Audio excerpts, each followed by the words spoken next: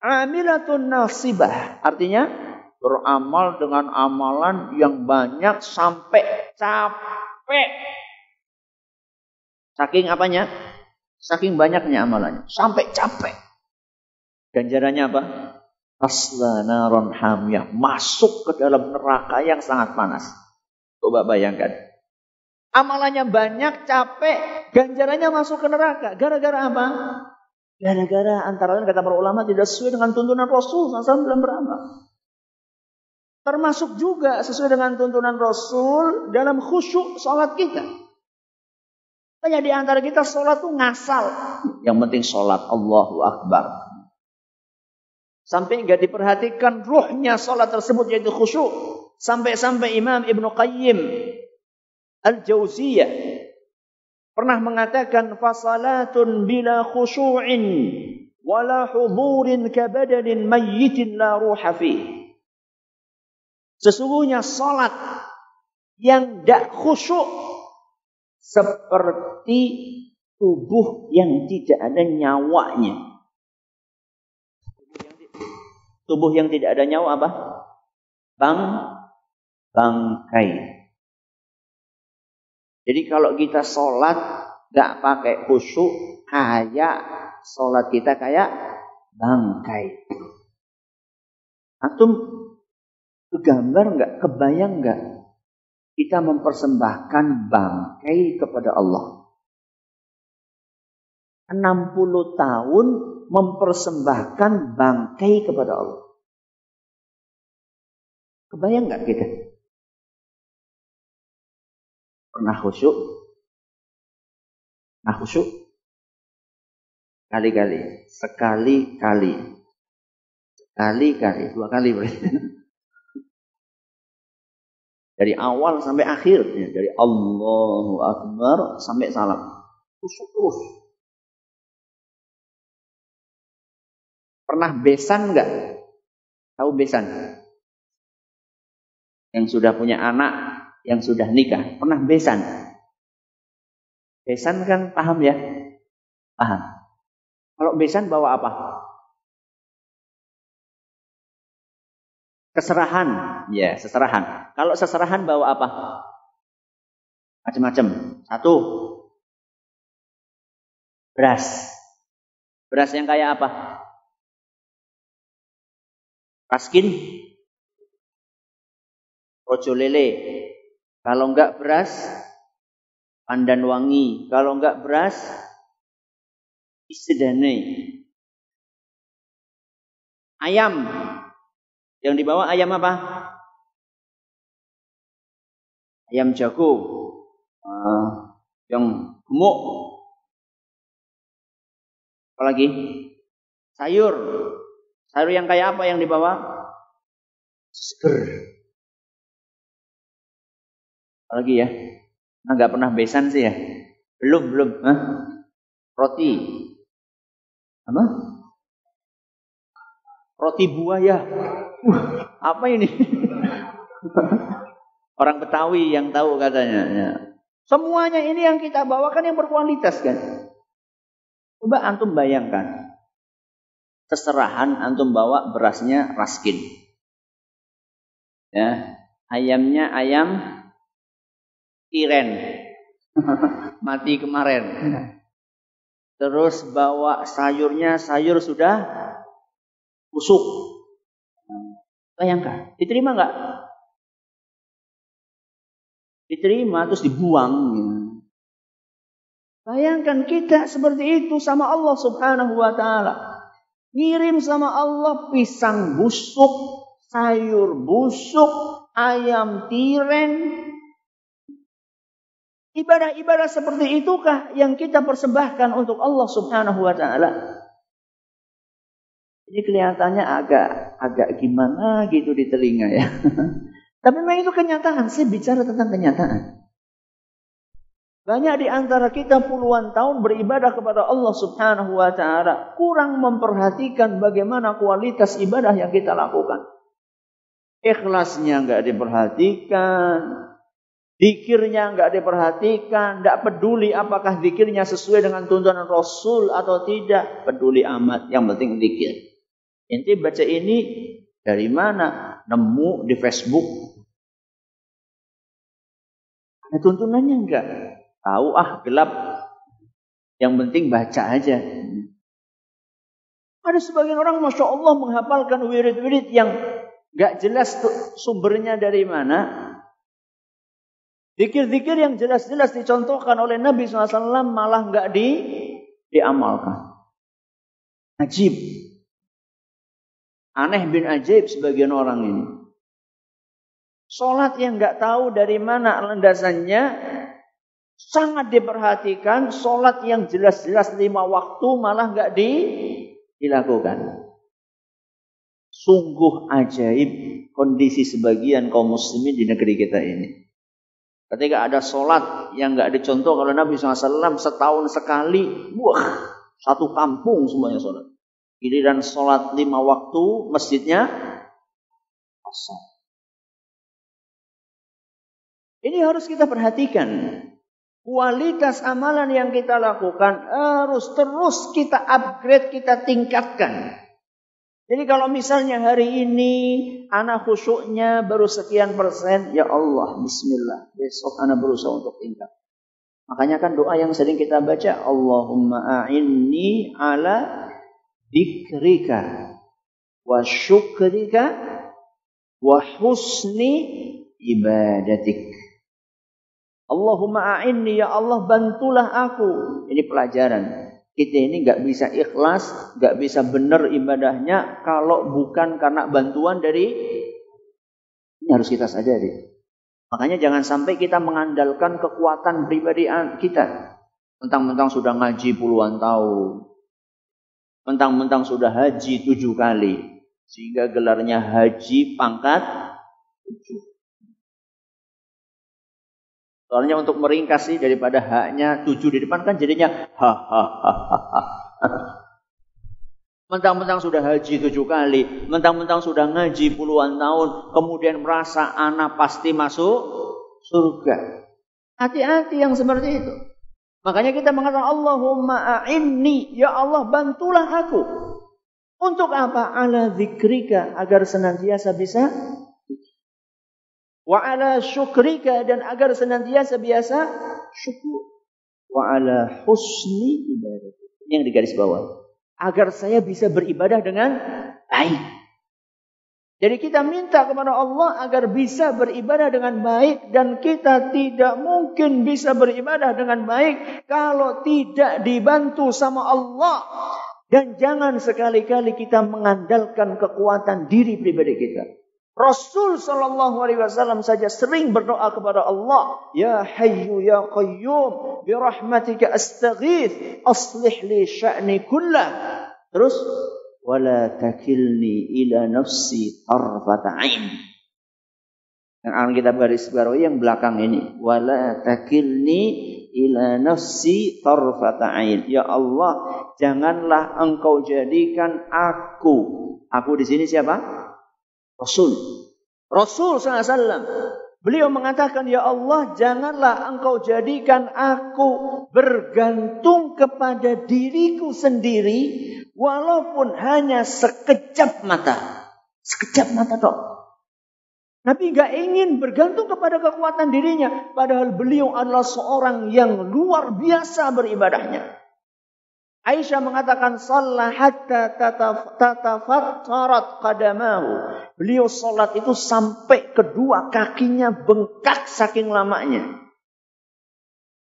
Wajar bacaannya Al-Baqarah,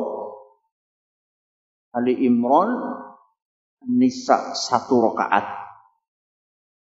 Ustaz, berapa lama Ustaz? Coba aja ntar malam. Kalau pengen tahu, coba nanti malam.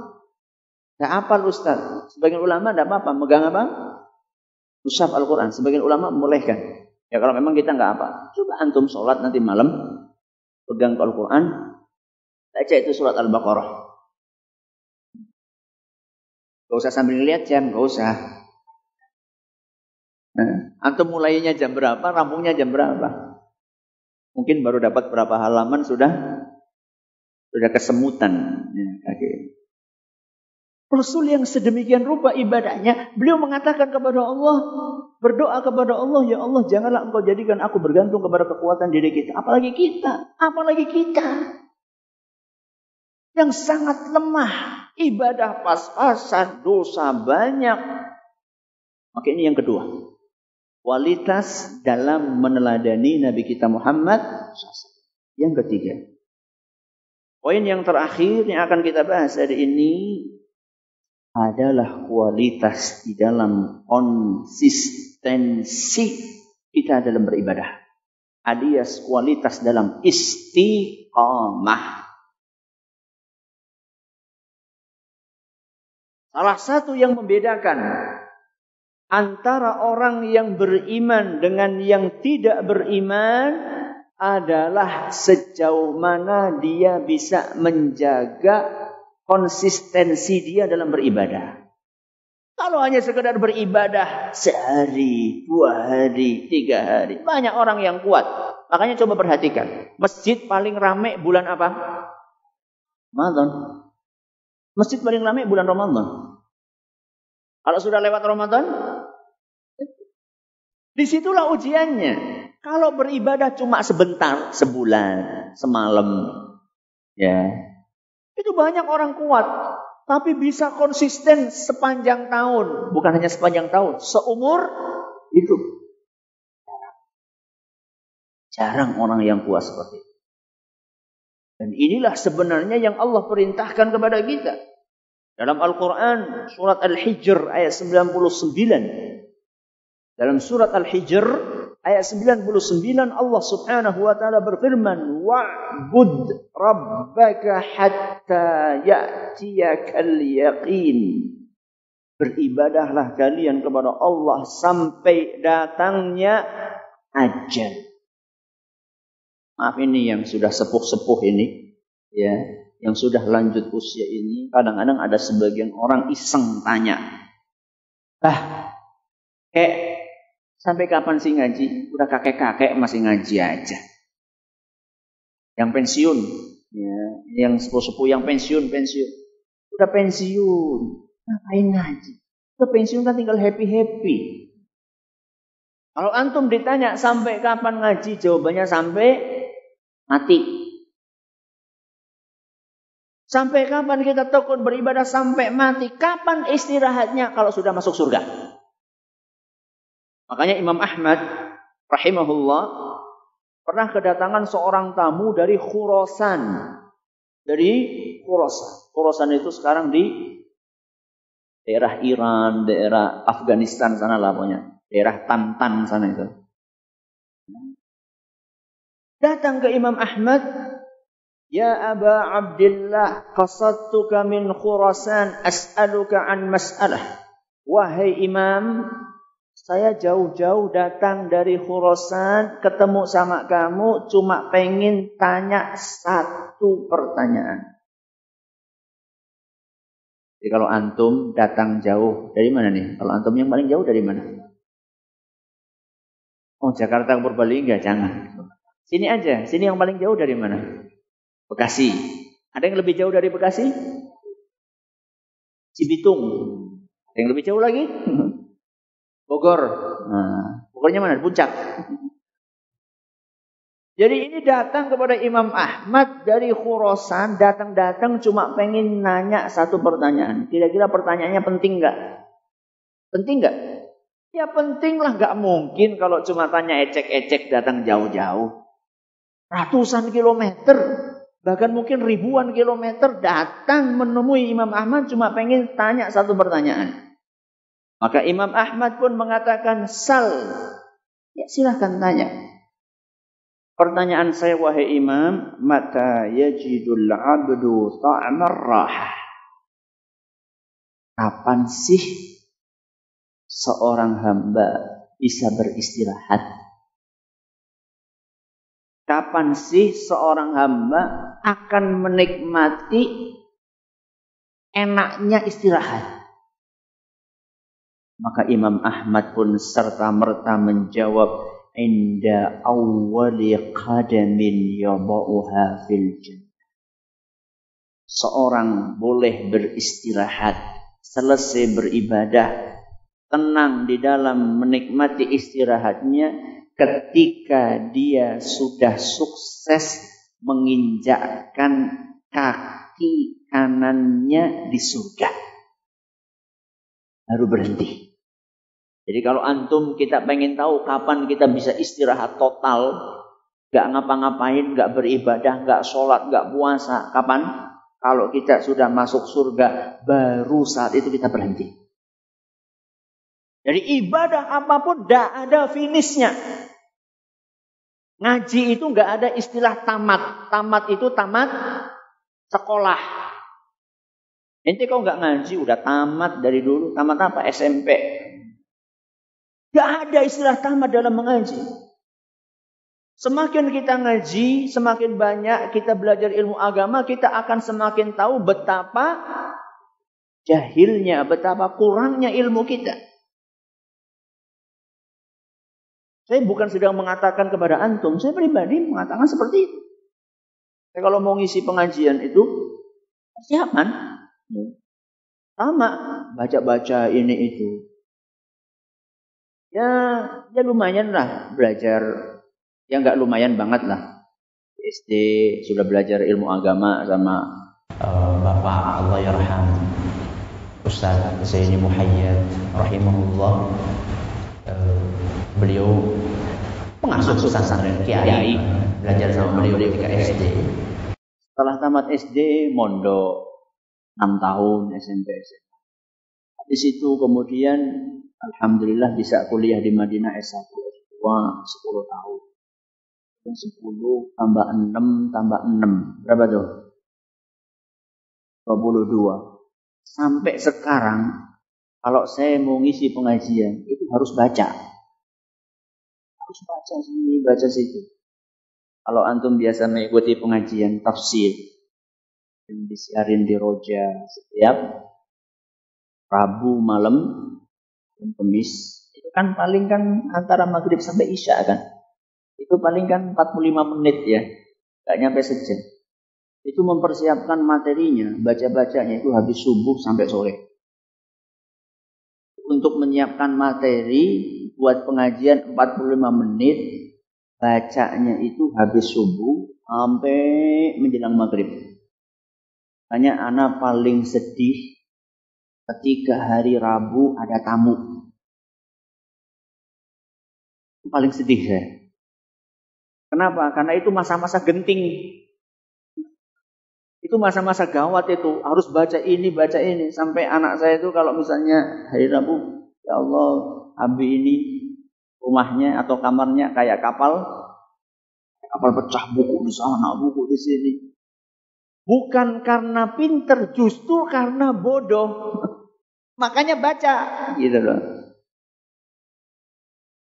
Anak ngajinya seminggu sekali, apalagi yang seminggu sekali. Artinya kita ini sampai kapan belajar? Sampai meninggal dunia. Makanya ulama mengatakan minal mahbarati ilal maqbarah. Kita belajar itu mulai dari buayan sampai ke liang lahat. Terus kita belajar. Makanya ada sebagian ulama ketika sakaratul maut itu menjelang kematiannya masih sempat untuk baca-baca kitab. Bahkan ada sebagian ulama yang terakhir baca hadis adalah hadis man kana akhiru kalamihi la ilaha illallah dakhalal jannah. Subhanallah. Jadi dia kan rajin ahli hadis.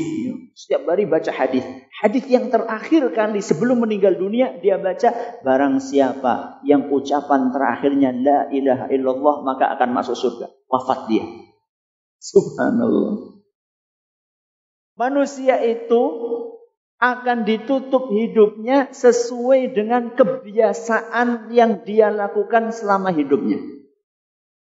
Ini kaidah yang disampaikan oleh Imam Ibnu Katsir. Orang itu akan ditutup hidupnya sesuai dengan kebiasaan yang dia lakukan selama hidupnya.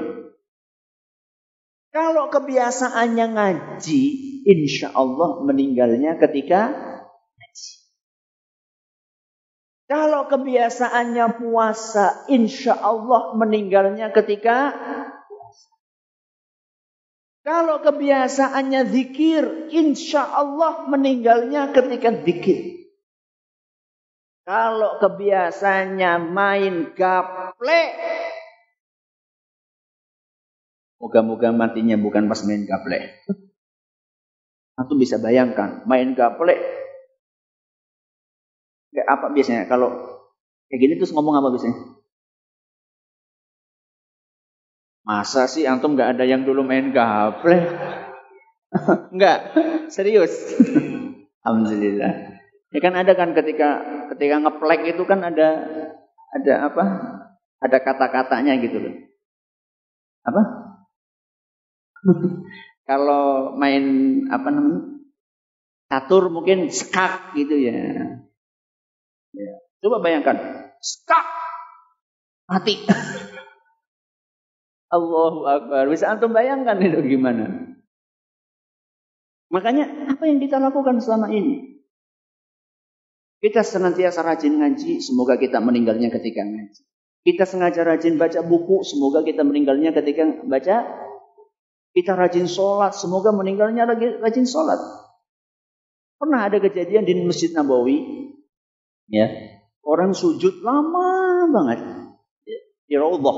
di Raudhah, sebuah tempat di pojok Masjid Nabawi yang dikatakan oleh Nabi SAW, ma baina baiti wa mimbari raudhatun min riyadil jannah. Tempat antara rumahku dengan mimbarku adalah taman-taman surga. Para ulama berbeda pendapat dalam menafsirkan maksud dari taman surga. Sebagian ulama mengatakan taman surga maksudnya betul-betul tempat itu Allah turunin dari surga ditaruh di bumi. Jadi dulunya itu tanah dari mana? Surga, terus sama Allah ditaruh di bumi. Ini penafsiran yang pertama. Penafsiran yang kedua, maksud dari Raudhah, taman surga, adalah bahwa orang yang beribadah di situ bakalan dimasukkan ke taman surga. Ada orang habis isya, sholat di Raudhah. Lama banget. Sampai masjid itu ditutup, sampai orang pergi semuanya. Ini kok nggak bangun-bangun? Dideketi, kemudian dipegang, begitu kesenggol dikit, udah nggak ada, udah meninggal dunia. Dalam keadaan apa? Di mana? Raudhah, di Masjid Nabawi, di kota Nabi SAW. Yang beliau SAW mengatakan, man arada, man istata'a, an yamuta bil madinati falyaf'al. Barang siapa yang bisa meninggal di Madinah, lakukan. Daripada meninggalnya di Hollywood. Meninggal di Madinah, di Raudhah ketika sholat, itu kan luar biasa tempatnya, waktunya, sedang apa. Dan masing-masing dari kita akan dibangkitkan oleh Allah Subhanahu wa Ta'ala sesuai dengan akhir hidupnya sedang ngapain. Makanya orang-orang yang meninggal ketika menunaikan ibadah haji pada hari kiamat nanti, dia akan dibangkitkan oleh Allah dalam keadaan bertalbiyah. Makanya orang yang meninggal ketika ihram itu gak boleh dicopot apanya? Ihramnya. Itu saja sudah buat kain kafan. Nanti pada hari kiamat dia akan bangkit dalam keadaan pakai ihram. Kalau misalnya orang meninggal dalam keadaan na'udzubillahi min dzalik di kamar hotel, sedang berzina dengan seorang PSK. Pernah nggak ada kejadian? Sering. Kita dengar ada orang meninggal di kamar. Entah wanitanya, entah laki-lakinya. Na'udzubillahi min dzalik. Seharusnya kejadian-kejadian itu memberikan pelajaran kepada kita bahwa kita ini diperintahkan oleh agama kita untuk berusaha istiqamah di dalam beramal. Dalam sholat kita, dalam puasa kita. Banyak masih di antara kita sholatnya hanya sekedar menunaikan kewajiban. Sholat itu kewajiban apa kebutuhan? Kewajiban apa kebutuhan? Kebutuhan apa kewajiban? Dua-duanya. Salat itu ya kewajiban ya kebutuhan. Ada sebagian orang cuma menganggap kewajiban saja. Kalau kewajiban mungkin hanya sekedar salat selesai sudah. Formalitas salatnya. Akan tapi kalau misalnya ada orang ya merasa salatnya itu sebagai kewajiban dan kebutuhan, maka kapanpun dia belum sholat, hatinya akan terus berusaha untuk mengejar sholat tersebut. Allah, kapan sih ya? Kok ini yang salah satu di antara 7 golongan yang akan mendapatkan naungan Allah pada hari kiamat. Rajulun qalbuhu mu'allaqun bil masajid. Orang yang hatinya selalu terpaut, tergantung, terikat dengan masjid. Maksudnya habis sholat zuhur, habis sholat subuh, ini kok lama banget ya sholat subuh, sholat zuhur nggak datang-datang. Setelah sholat zuhur, selesai sholat, ya Allah, kok asar nih nggak datang-datang. Ini seharusnya, tapi kebanyakan orang nggak seperti itu. Kebanyakan orang, ini sholat kok lama banget, nggak rampung-rampung. Terutama ketika sholat taraweh. Ketika sholat taraweh, imamnya bacaannya panjang. Atau sholat subuh, imamnya bacaannya panjang gitu. Yang di belakang makmumnya udah.